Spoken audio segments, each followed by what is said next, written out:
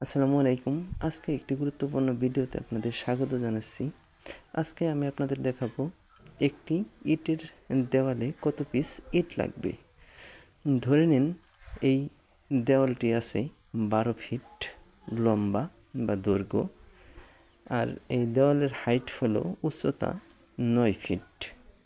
12 feet by 9 fit এই দেওয়ালটিতে কত piece ইট লাগবে। আমরা যাব ক্যালকুলেটারে 9 গুণ 12 সমান সমান 108 স্কোয়ার ফিট। এই দেওয়ালটি হলো 108 স্কোয়ার ফিট।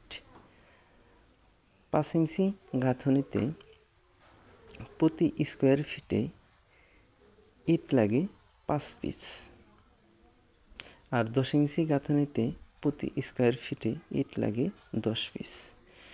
আমাদের 108 স্কোয়ার ফিট দেওয়াল গুণ 5 সমান সমান 540।